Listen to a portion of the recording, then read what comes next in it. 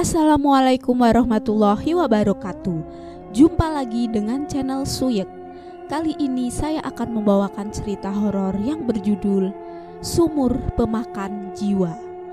Oke teman-teman, kita langsung ke ceritanya.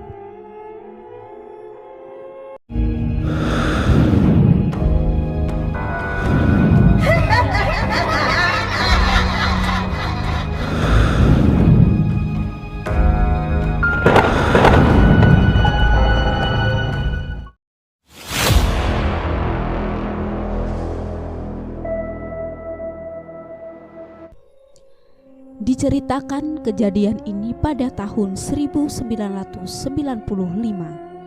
Ada sebuah sumur yang berlokasi di rumah kosong yang kebetulan sudah 10 tahun lebih ditinggalkan oleh pemiliknya. Belum ada kejelasan mengapa pemiliknya meninggalkan rumah ini. Namun ada rumor yang menyebutkan bahwa pemilik rumah ini mengalami gangguan aneh yang berasal dari sebuah sumur tua.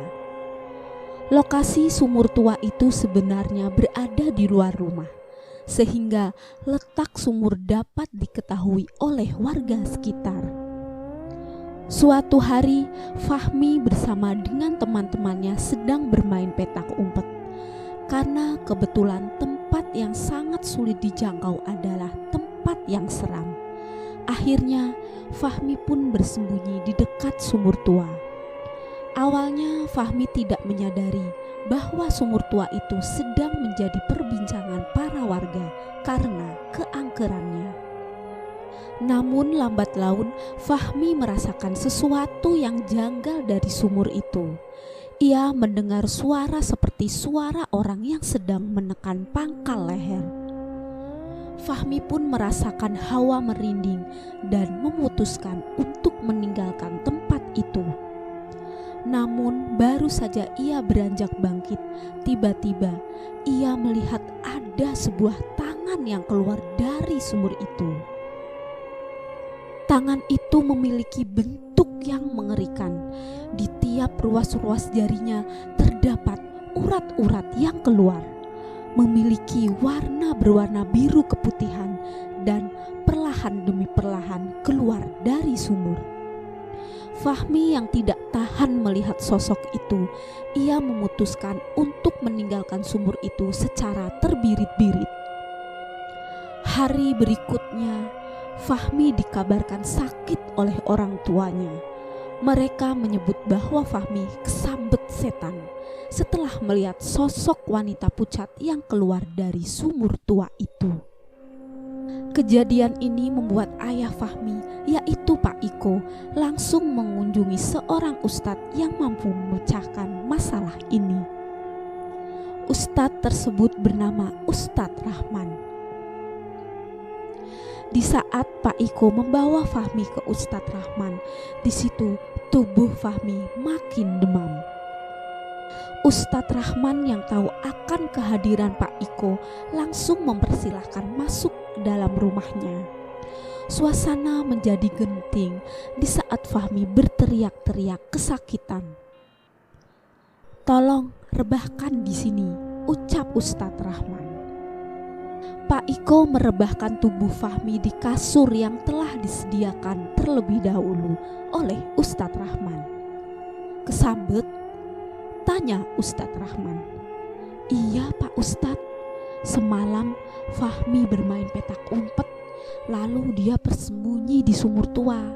Kata si Fahmi, dia ngelihat ada sosok wanita pucat keluar dari sumur. Terus si sosok itu mau ngejar Fahmi," jelas Pak Iko.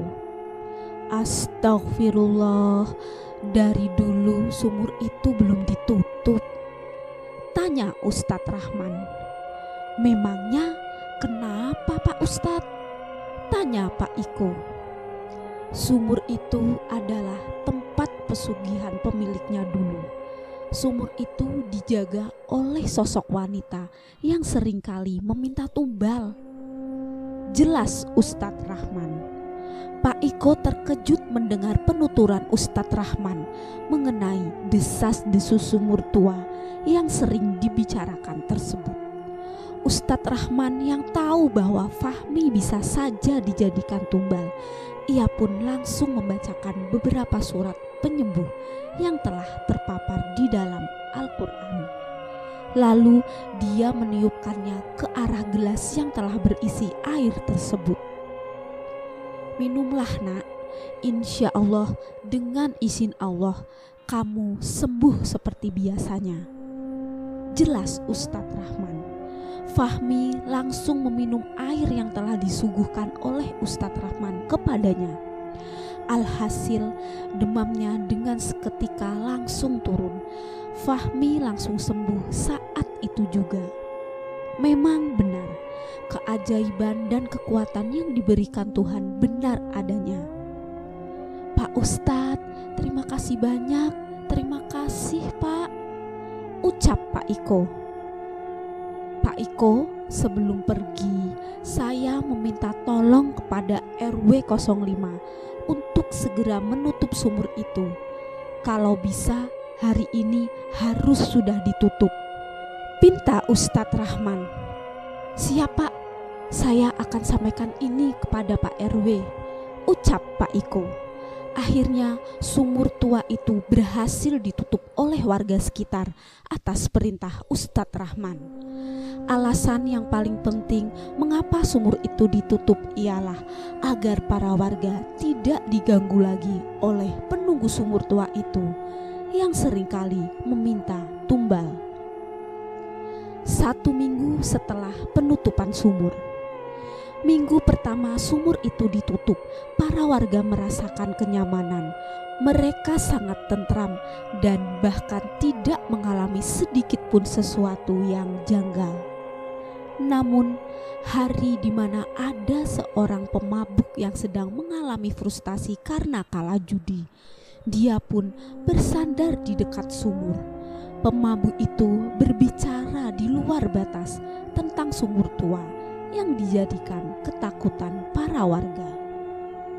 Hei sumur tua, jika kamu bisa membuat saya menjadi kaya, maka akan saya turuti semua kemauanmu. Wah, celoteh pemabuk itu. Tiba-tiba pemabuk itu mendengarkan suara tanpa rupa yang berbunyi, jika kamu mau mengeluarkanku dari dalam sumur ini, maka aku akan memberikan kekayaan padamu. Pemabuk itu terkejut. Ia menyadari bahwa ada seseorang yang menawarkan kekayaan hanya dengan membukakan penutup sumur yang terbuat dari kayu itu. Akhirnya dengan cepat pemabuk itu membukakan penutup sumur yang ada di hadapannya. Dengan seketika keluarlah wanita dengan wajah pucat sambil membawakan sesuatu kepada pemabuk. Wanita itu memberikan sebuah kantong jerami yang keadaannya masih basah karena terkena air. Pemabuk itu mengambil kantong jerami itu dan langsung meninggalkan sumur tua itu dengan berjalan sempoyongan. Sesampainya di rumah, ia baru ingat terhadap bagaimana cara kerja dari kantong jerami tersebut. Ia pun membuat sebuah percobaan dengan memasukkan beras penuh ke dalam kantong jerami tersebut. Alih-alih pemabuk itu menaruhnya di bawah bantal dan ia tunggu sampai esok hari. Jika kantong jerami itu penuh dengan emas, maka benar apa yang dikatakan sosok itu, bahwa dirinya akan menjadi orang kaya raya. Namun jika tidak, maka ia akan menutup kembali sumur itu. Keesokan harinya, pemabuk itu langsung mengecek kantong jerami yang telah ia simpan di bawah bantal. Ketika dirinya membuka isinya, ternyata di dalam kantong jerami itu telah penuh dengan emas yang sangat berlimpah. Pemabuk itu sangat senang sekali. Ia pun memberitahu hal ini kepada istri dan anak-anaknya. Sontak saja berita tentang pemabuk yang mendapatkan segepok emas dari sumur itu pun menyebar luas hingga ke seluruh masyarakat sekitar. Sumur tua itu kini menjadi perbincangan para warga sekitar. Alih-alih mereka menggosipkan bahwa sumur itu telah memiliki kekuatan mistis, bahkan ada yang menggiring opini ke lebih sesat lagi terhadap sumur tua yang sedang dibicarakan.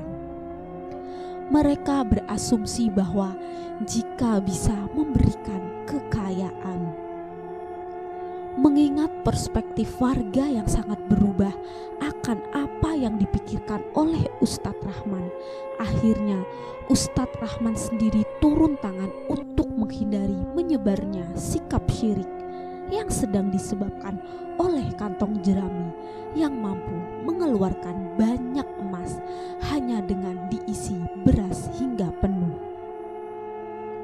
Nama pemabuk itu adalah Supri. Supri dikenal sebagai orang yang suka mabuk-mabukan serta tukang judi. Pemberitaan yang berlebihan akan kekuatan mistis yang tersembunyi dari sumur itu membuat Supri lupa diri. Ia telah menuhankan kantong jerami pemberian sosok itu dan bersikap sombong karena merasa dirinya telah menjadi warga terkaya. Rumah Supri kini ramai oleh warga. Banyak warga yang meminta kepada Supri untuk membantunya agar bisa mendapatkan banyak emas dari sumur itu. Akhirnya Supri pun menjadikan sumur itu sebagai tempat pemujaan. Sumur itu dipenuhi dengan banyak sesajen dan seserahan lainnya. Supri menjadi pemimpin pemujaan terhadap sumur itu. Para warga yang tetap berpegang teguh terhadap kebenaran mulai risih. Ia melihat aktivitas dari Supri ini telah berlebihan dengan menjadikan sumur tua itu sebagai tempat pemujaan. Ustadz Rahman juga tidak tinggal diam. Ia meminta ketua RW untuk turun tangan agar bisa mengkondisikan keadaan syirik itu. Namun sayang, ketua RW itu tidak mampu membendung orang-orang yang terlibat terhadap pemujaan sumur tua tersebut. Karena sudah diambang batas normal, Ustadz Rahman pun meminta kepada para warga yang memang mempercayainya untuk berkumpul di rumahnya. Tujuan Ustadz Rahman mengumpulkan para warga adalah untuk memberitahu tentang pesugihan yang belum diketahui secara mendalam oleh mereka yang masih awam. Kalian tahu kan, pesugihan adalah perbuatan setan dan telah menyalahi aturan agama. Di pesugihan sendiri terdapat transaksi yang harus diterima, di mana mereka yang mendapatkan harta akan ditukar dengan nyawa dan disebut sebagai tumbal. Jelas Ustadz Rahman. Para warga yang baru tahu tentang intisari dari pesugihan langsung terkejut. Berarti kemungkinan besar salah satu dari keluarga Pak Supri akan meninggal dunia, tanya warga. Benar, itu dikarenakan Pak Supri tidak tahu apa itu pesugihan dan hanya menerima uang itu sebagai kebutuhan duniawinya saja, jelas Ustadz Rahman. Warga yang mendengar itu langsung mengelus dada. Lalu bagaimana solusinya Pak Ustadz? Tanya warga. Kita hanya bisa menunggu saat dimana Pak Supri menyadarinya. Kita tidak bisa mencegah hal itu terjadi karena transaksi terus berjalan, jelas Ustadz Rahman. Sementara itu, anak Pak Supri yang bernama Dimas mulai mengalami sesuatu di luar dugaan. Dimas mengalami kejang-kejang saat dimana Pak Supri sedang melakukan pemujaan di dekat sumur tua itu. Istri Pak Supri mulai panik. Ia pun meminta tolong kepada warga sekitar untuk dibawakan ke rumah sakit. Namun tidak ada satupun warga yang mau membantunya karena sifat sombong yang melekat pada diri Pak Supri. Karena tidak tertolong, akhirnya Dimas meninggal dunia di tempat. Para warga merasa iba dengan apa yang barusan saja terjadi. Namun itu adalah bagian karma yang harus diterima oleh Pak Supri dan keluarganya karena telah melampaui batas. Selama dalam melakukan pemujaan, sosok yang dinanti-nantikan tidak kunjung keluar. Mereka yang sedari tadi menunggu kedatangan sosok itu pun mulai merasa marah kepada Pak Supri karena dinilai telah membohonginya. Akhirnya Pak Supri pun dihajar habis-habisan oleh para warga yang telah mengeluarkan banyak uang untuk melakukan seserahan dan sesajen terhadap sumur tersebut. Sudah tertimpa batu, tertimpa pula batu lainnya. Pak Supri babak belur karenanya. Para warga meninggalkan Pak Supri sendirian di dekat sumur. Setelah para warga membubarkan diri, ada salah satu warga yang mendatangi Pak Supri yang sudah terbujur kaku. Warga itu memberitahu kepada Pak Supri bahwa anaknya, yaitu Dimas, baru saja meninggal dunia. Pak Supri yang mendengar berita menyakitkan itu pun langsung tak bisa menahan dirinya lagi. Ia merasa bahwa kejadian ini adalah karma baginya. Kabar mengenai meninggalnya anak Pak Supri itu terdengar di telinga Ustadz Rahman. Dengan segera Ustadz Rahman menuju ke sumur tua yang masih terbuka itu. Ia kemudian berkeinginan untuk menutup sumur tanpa bantuan orang lain. Ketika dirinya hendak menutup sumur, Ustadz Rahman mendengar suara tawaan dari dalam sumur. Ternyata sosok yang mendiami sumur tua itu merasa menjadi pemenang. Dia berhasil menyesatkan manusia karena keserakahannya.